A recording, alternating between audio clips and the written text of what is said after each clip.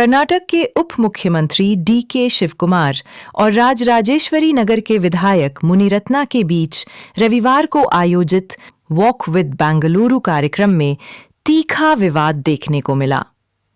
विधायक मुनिरत्ना बिना औपचारिक निमंत्रण के कार्यक्रम स्थल पर पहुंचे और आयोजकों पर गंभीर आरोप लगाए। उन्होंने कहा कि इस कार्यक्रम में ना तो जनप्रतिनिधियों को आमंत्रित किया गया और ना ही बैनरों एवं होर्डिंग्स में उनका नाम या फोटो शामिल किया गया। उन्होंने इसे जनप्रतिनिधियों का अपमान बताया। मुनिरत्ना ने कार्यक्रम में खुले आम उप मुख्यमंत्री डी.के. शिवकुमार और ग्रेटर बेंगलुरु अथॉरिटी के मुख्य आयुक्त की आलोचना की। उन्होंने कहा, जनप्रतिनिधियों को ना बुलाना जनता का भी अपमान है। हम जनता द्वारा चुने गए प्रतिनिधि हैं और हमें नजरअंदाज करना उचित नहीं है। ಶಿಲಾನ್ಯಾಸ ಮಾಡುವಂತ ಕಾರ್ಯಕ್ರಮ ದಿಸ್ ಇಸ್ ನಾಟ್ ಎ ಶಿಲಾನ್ಯಾಸ ಮಾಡೋದು, ಇದು ಗ್ರೀವೆನ್ಸಸ್.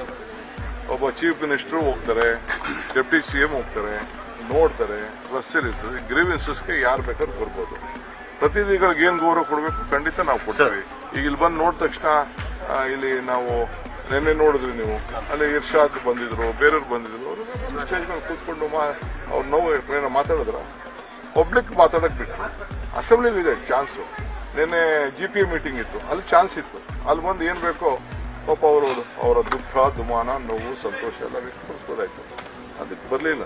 ಸ್ವಲ್ಪ ಪಬ್ಲಿಸಿಟಿ ಬೇಕು, ನೀವು ಪಬ್ಲಿಸಿಟಿ ಕೊಡ್ತೀರಿ ಅಂತ ಹೇಳಿ ಬಂದಿದ್ದಾರೆ. ಕಾಂಗ್ರೆಸ್ ಫ್ಲೆಕ್ಸ್ ಯಾರನ್ನ ಕಟ್ಟಿದ್ರೆ ಎಲ್ಲ ಲೆಟ್ರು